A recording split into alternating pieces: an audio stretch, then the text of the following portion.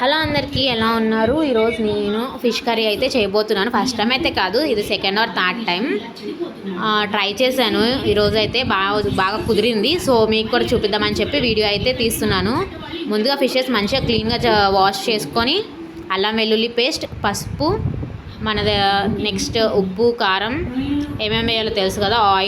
Oil వేసి first అల్లం వెల్లుల్లి పేస్ట్, ఉప్పు, పసుపు, కారం వేసుకొని మంచిగా మిక్స్ చేసుకోవాలి. ఈ ప్రాసెస్ కంటే ముందు మనం చింతపండు నానపెట్టుకోవాలి.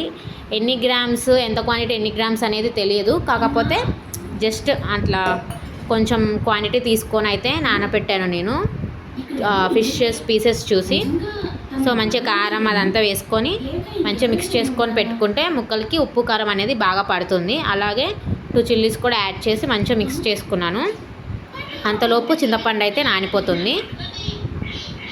ఒక్కొక్క ముక్కకి మంచిగా ఆ మసాలా అనేది మంచిగా కలుపుకోవాలి. ఈరోజు సండే కదా, ఇది ఫిష్ తెచ్చుకొని తినాలంట కదా, మృగశిర ఆర్ సంథింగ్ ఏంటో స్పెషల్ కాబట్టి ఫిష్ అయితే తెచ్చుకున్నాము. ఫిష్ అయితే మేము ఎక్కువగా తెచ్చుకోము, చికెన్ ఎక్కువ తెచ్చుకుంటాము. ఈసారి అయితే ఫిష్ ట్రై చేద్దామని చెప్పి ఫిష్ అయితే తెప్పించాను. ఇది కొరమీన్ ఫిష్ అంట, ఎక్కువ ముళ్ళులు అయితే ఉండవు.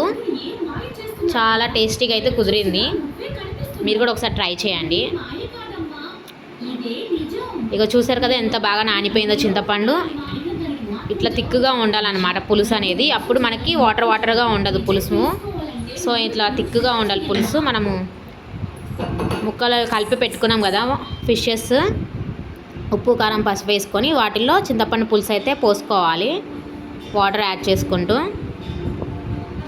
మనము ఆనియన్స్ కట్ చేసి పెట్టుకున్నాం కదా, ఆనియన్స్ కూడా యాడ్ చేసుకోవాలి. డైరెక్ట్గా అన్నీ ఒకేసారి వేసేసుకొని పులుసు వేసేసుకొని పొయ్యి పైన పెట్టేసుకోవడమే. ఇది పెద్ద ప్రాసెస్ ఏం కాదు.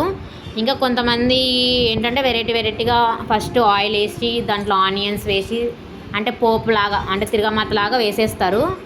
అట్లా అంటే దానికంటే ఇది చాలా ప్రాసెస్. కొత్తగా నేర్చుకునే వాళ్ళకి ఇది చాలా బాగా ఈజీగా అయిపోతుంది అనమాట. ఎందుకంటే ఫిషెస్ కడగంగానే మొత్తం మనం ఉప్పు, కారం, ఆయిల్, అల్లం వెల్లుల్లి పేస్ట్ మొత్తం కలిపేసుకొని డైరెక్ట్గా ఇలా పులుసు వేసేసుకొని పొయ్యి పైన పెట్టేసుకోవడమే. కాకపోతే పులుసు ఎంత క్వాంటిటీ కలుపుకోవాలి, ఎలా వేయాలనేది తెలుసుకోవాలన్నమాట.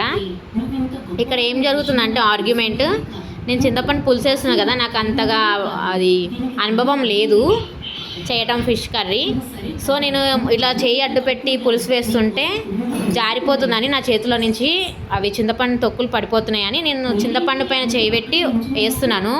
అలా వేయకూడదు, ఇలా చేయి అడ్డు పెట్టి వేయాలి అది అని చెప్తున్నాడు మా ఆయన, అరుస్తున్నాడు. అది దాని గురించి ఆర్గ్యూ అవుతుంది. దాంట్లో అలా చేయి అడ్డు పెట్టి వేయడం వల్ల చింతపండు తొక్కులు వెళ్తున్నాయి అని, చెయ్యి కింద పెట్టి వేయాలి అప్పుడు పడవు అని చెప్తున్నాడు. దాని గురించి ఆర్గ్యూ అవుతుంది. మేము ఏదైనా ఇద్దరం కలిసి చేయాలంటే సగం ఆర్గ్యుమెంటే ఉంటుంది. అందరి ఇళ్ళలో ఎలా ఉంటుందో తెలియదు. మ్యాక్సిమం 10 minutes మాట్లాడుకుంటే దాంట్లో 9 minutes మాకు ఆర్గ్యుమెంటే జరుగుతుంది. సో ముక్కలు నిండే వరకు మనం మంచిగా పులుసు అయితే కలుపుకోవాలి. వాటర్ పోయొద్దు. మనం ఒకసారి పులుసు వేసి తర్వాత 2-3 glasses వాటర్ అయితే డైరెక్ట్గా యాడ్ చేయకూడదు. పులుసులోనే వాటర్ పోసుకొని మంచిగా అది ముక్కలు మునిగే వరకు అయితే వేసుకోవాలి. చూసారు కదా, ఆనియన్స్ కూడా వేసేసాను నేను పైన. మొత్తం అంతా కలిపేసుకొని గరం మసాలా అలాంటివి ఏమి వేయకూడదు, మొత్తం పాడైపోతుంది. జస్ట్ కలుపుకునేటప్పుడు కొంచెం అల్లం వెల్లుల్లి పేస్ట్ ఒక్కటే వేసుకోవాలి, ఇంకే మసాలాలు వేసుకోకూడదు.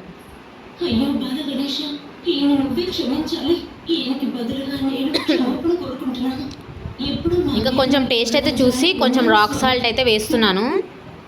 మొత్తం కలిపేసాక ఒకసారి టేస్ట్ చూసి మీకు తెలుస్తుంది ఉప్పు సరిపోయిందో లేదా అనేది. యాడ్ చేసుకోవచ్చు టేస్ట్ చూసి. ఇంకా స్టవ్ అయితే ఆన్ చేసేసి పెట్టేస్తున్నాను.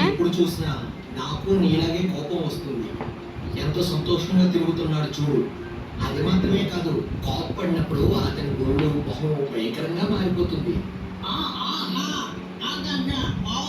చిన్నపిల్లలు మాత్రమే కాదు, పెద్దవాళ్ళు కూడా కోపంగా ఉన్నప్పుడు అతని ఉగ్ర రూపాన్ని చూసి భయపడిపోతారు.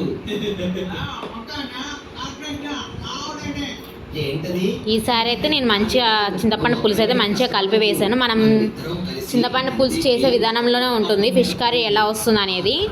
ఫస్ట్ టైం సెకండ్ టైం చేసే వాళ్ళకి ఏంటంటే నేను ఎలా చేశానంటే ఫస్ట్ టైం ఒక్కసారి చింతపండు పులుసు వేసేసి తర్వాత వాటర్ పోసేదాన్ని. మొత్తం వాటర్ వాటర్గా ఉండేది, గ్రేవీగా వచ్చేది కాదనమాట అది కర్రీ. సో మనకు తెలియదు కదా చింతపండు పులుసు వేసేస్తే పుల్లగా అయిపోతుందేమో కర్రీ, ఇంకా మనం వాటర్ పోసేసేయాలేమో, మళ్ళీ కలిపి పోయకూడదేమో అని అట్లా చేసేవాళ్ళము ఫస్ట్ టైము. సో చేసే కొద్దీ ఏదైనా వచ్చేస్తుంది మనకి. ఇదైతే నేను థర్డ్ టైము ఫిష్ కర్రీ చేయడం. ఇంకా ఈ మసాలా ఏంటంటే అది ఫిష్ కర్రీలో ఎలాంటి గరం మసాలా ఎలాంటి మసాలాలు వేయకూడదు, ఓన్లీ ఏంటంటే మెంతులు వేసుకోవాలి. ఇక నేను ఏం పౌడర్ వేస్తున్నానంటే కొన్ని మెంతులు, కొన్ని ధనియాలు, కొంచెం జీలకర్ర, కొంచెం వేడి చేసి నేనే ప్రిపేర్ చేసి అంటే అప్పటికప్పుడు వేడి చేసుకొని అప్పటికప్పుడు దంచి కర్రీ అయిపోయే టైంకి వేసేసి కలుపుకోవాలన్నమాట. గెంట పెట్టకుండా ఇలా తిప్పుకుంటూ ఉంటే కలిసిపోతుంది. గెంట పెడితే ఏమవుతుందంటే చిదురు చిదురు అయిపోతుంది ముక్క. సో మనము ఇలా మసాలా వేసుకొని పైన మెంతులు వేయడం వల్ల కొంచెం మంచి ఫ్లేవర్ అయితే వస్తుంది, చాలా బాగుంటుంది పులుసు టేస్ట్ మెంతులు వేయడం వల్ల. ఫిష్లో ఓన్లీ మెంతులు, ధనియాలు, జీలకర్ర మాత్రమే వేస్తారు, ఇంకేలాంటి గరం మసాలా అలాంటివి వేయరు. ఫిష్ కర్రీ పాడైపోతుంది వేరే మసాలాలు వేసేస్తే. ఓన్లీ ఈ మసాలా మనం అప్పటికప్పుడు ఫ్రెష్గా ప్రిపేర్ చేసేసుకొని వేసుకోవచ్చు. నెక్స్ట్ ఫైనల్లీ కొత్తిమీర అయితే వేసేసి మూత పెట్టేస్తున్నాను. తొందరగా అయిపోతుంది ఫిష్ కర్రీ, ఎందుకంటే చాలా సెన్సిటివ్గా ఉంటుంది కదా ఫిష్, తొందరగా ఉడికిపోతుంది పులుసుకి. సో అందుకే వాటర్ ఎక్కువగా వేయకూడదు, తొందరగా ఉడికిపోతుంది కాబట్టి. వాటర్ కంటెంట్ ఎక్కువ ఉండడం వల్ల వాటర్ వాటర్గా ఉంటుంది, థిక్గా గ్రేవీగా రాదు. మనం ఇలా చేసుకోవడం వల్ల చాలా బాగుంటుంది. చూసారు కదా ఎంత బాగా ఉడికిపోయిందో ముక్క. ఉడికినట్టుంది, బంద్ చేయాలా?